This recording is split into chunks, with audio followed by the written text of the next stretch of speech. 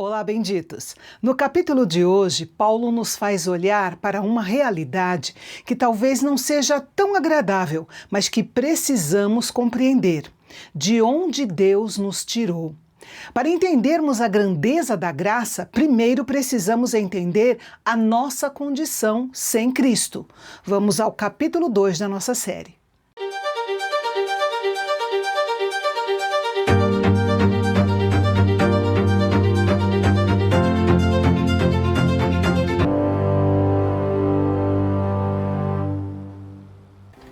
Paulo começa dizendo: Ele lhes deu vida quando vocês estavam mortos em suas transgressões e pecados.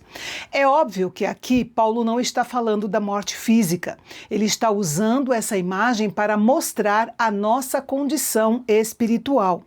O pecado afetou profundamente o nosso relacionamento com Deus. Estávamos vivos fisicamente, trabalhando, estudando, formando famílias, fazendo planos e tomando decisões, mas espiritualmente estávamos separados de Deus. E Paulo explica como essa condição se manifestava. Ele diz aos Efésios que eles andavam segundo o curso deste mundo, segundo o príncipe da potestade do ar. Em outras palavras, havia uma influência espiritual e cultural sobre aquela sociedade que afastava as pessoas de Deus. Quando Paulo fala sobre o curso deste mundo, ele está mostrando que havia uma maneira de viver que parecia normal para aquela sociedade, mas que a mantinha distante de Deus. O mesmo ainda acontece nos nossos dias. Ninguém vive completamente isolado das influências ao seu redor. A cultura, os valores da sociedade, aquilo que assistimos, ouvimos e admiramos pode influenciar e muito na nossa maneira de pensar. É possível estarmos tão acostumados com determinados valores da sociedade que deixamos de perceber que eles estão nos afastando de Deus. Mas Paulo não coloca a culpa apenas no ambiente. Ele também fala dos desejos da carne e da nossa própria desobediência. Isso é importante porque o pecado não é apenas um problema que está lá fora.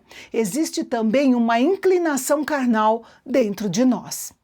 Depois de apresentar uma condição espiritual tão séria, Paulo apresenta a intervenção divina ao dizer, mas Deus. Essas duas palavras mudam completamente a história. Mas Deus, sendo rico em misericórdia, por causa do grande amor com que nos amou. É aqui que toda a nossa incapacidade encontra uma resposta na misericórdia de Deus. Paulo destaca duas características: Deus é rico em misericórdia e tem grande amor. Misericórdia é Deus olhar para alguém que está em uma situação de necessidade e agir em favor dessa pessoa. E Paulo diz que Deus é rico em misericórdia.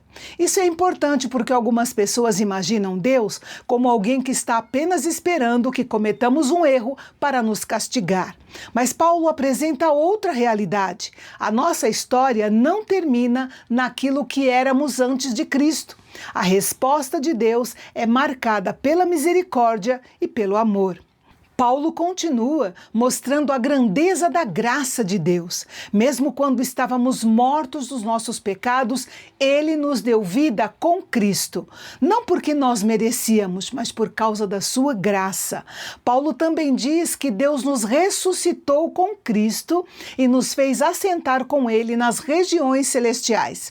Isso mostra a nova posição que temos em Cristo. Antes estávamos separados de Deus. Agora, pela fé em Cristo, pertencemos a Ele. E tudo isso tem um propósito. Nos séculos futuros, Deus mostrará a incomparável riqueza da sua graça, revelada em sua bondade para conosco em Cristo Jesus. Em seguida, Paulo diz, porque pela graça vocês são salvos, mediante a fé, e isto não vem de vocês, é dom de Deus, não de obras, para que ninguém se glorie. Essa frase resume uma grande verdade do cristianismo. A salvação é pela graça, e graça significa um favor que não merecemos. A salvação não é resultado dos nossos esforços ou das nossas boas obras, é um presente de Deus. Por isso, ninguém pode se orgulhar como se tivesse conquistado a salvação por mérito próprio. Mas Paulo também deixa claro que as boas obras têm o seu lugar. Não somos salvos pelas boas obras, mas somos salvos para praticar boas obras. É como uma árvore. Ela não produz frutos para se tornar uma árvore. Ela produz frutos porque é uma árvore viva. Da mesma maneira, não praticamos o bem para ganhar a salvação. Praticamos o bem porque fomos alcançados pela graça divina. Paulo chama o cristão de feitura de Deus. A ideia é de uma obra realizada por Deus, um trabalho dele em nós. E aqui existe uma aplicação muito importante. Nunca devemos olhar para outra pessoa e pensar que ela está fora do alcance da graça de Deus. Efésios 2 nos lembra que a graça de Deus é maior do que podemos imaginar. Depois Paulo muda um pouco o assunto. Ele começa a falar sobre a divisão que existia entre judeus e gentios. Os gentios eram aqueles que não pertenciam ao povo judeu. Ele lembra aos cristãos gentios que antes eles estavam sem Cristo, estranhos às alianças da promessa, sem esperança e sem Deus no mundo. Para entendermos a força dessas palavras, precisamos lembrar que havia uma grande separação cultural e religiosa entre judeus e gentios. Existiam diferenças de costumes, alimentação, circuncisão, culto e identidade religiosa.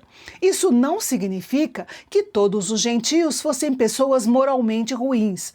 A questão era, principalmente, a distância que existia entre eles e as promessas que Deus havia estabelecido com Israel.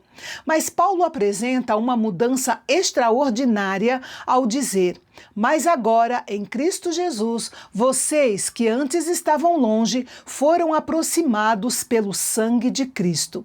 Cristo não veio apenas para reconciliar o indivíduo com Deus, ele também veio para derrubar barreiras entre pessoas, veio para transformar povos separados em um só povo. Jesus derrubou a parede de separação que havia entre judeus e gentios. Provavelmente, Paulo está usando uma imagem que os leitores de Éfeso entenderiam muito bem. No Templo de Jerusalém existiam barreiras e áreas com diferentes níveis de acesso. E os gentios não tinham o mesmo acesso que os judeus tinham às áreas mais internas do templo. Havia uma separação física que lembrava uma separação religiosa e cultural. Paulo usa essa realidade como imagem para mostrar que, em Cristo, a antiga divisão entre judeus e gentios foi superada. As diferenças não podem mais ser usadas para estabelecer uma hierarquia espiritual dentro do povo de Deus. Jesus veio para reconciliar ambos os povos em um só corpo com Deus por intermédio da cruz. Observe a ordem.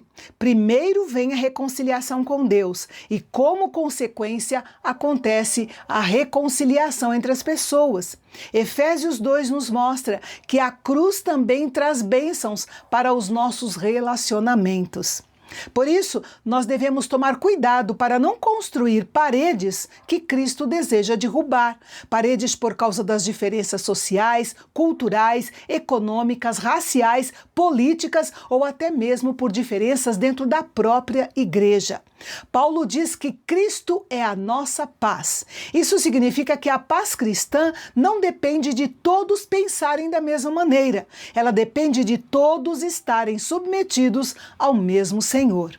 Agora, por meio de Cristo, ambos temos acesso ao Pai em um só Espírito. O acesso a Deus não é privilégio de um grupo específico. Em Cristo, pessoas que estavam longe foram aproximadas. E então Paulo chega a uma conclusão maravilhosa.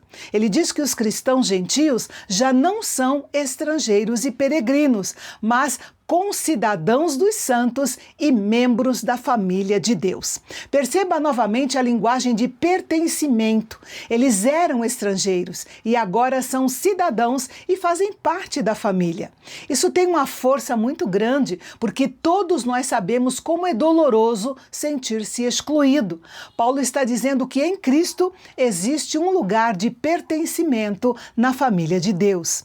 E diz mais, essa família está edificada sobre o fundamento dos apóstolos e profetas, sendo ele mesmo, Cristo Jesus, a pedra angular.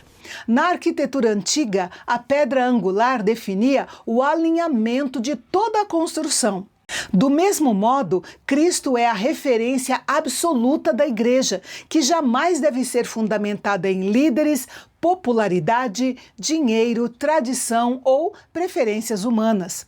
Paulo conclui mostrando que os cristãos, juntos, formam a habitação do Espírito Santo. Sendo assim, a igreja não é identificada como um prédio onde nos reunimos, mas sim como um povo que pertence a Deus. Efésios 2 apresenta uma transformação completa. No começo do capítulo, encontramos pessoas mortas em seus pecados. E no final, encontramos pessoas vivas em Cristo, reconciliadas com Deus, aproximadas dele, unidas umas às outras e pertencentes à família de Deus. Talvez essa seja uma das melhores maneiras de resumir esse segundo degrau, porque é a partir desse processo que começa a nossa nova história. Agora que você já sabe quais são os 2 primeiros degraus para uma vida extraordinária, prepare-se para subir mais um. No capítulo 3, Paulo revela um mistério que ficou oculto por gerações e mostra o lugar extraordinário que nós temos no plano de Deus. Não perca o nosso encontro de amanhã, aqui no Canal Bendito, o canal de Fala Fácil, onde a teologia é para todos.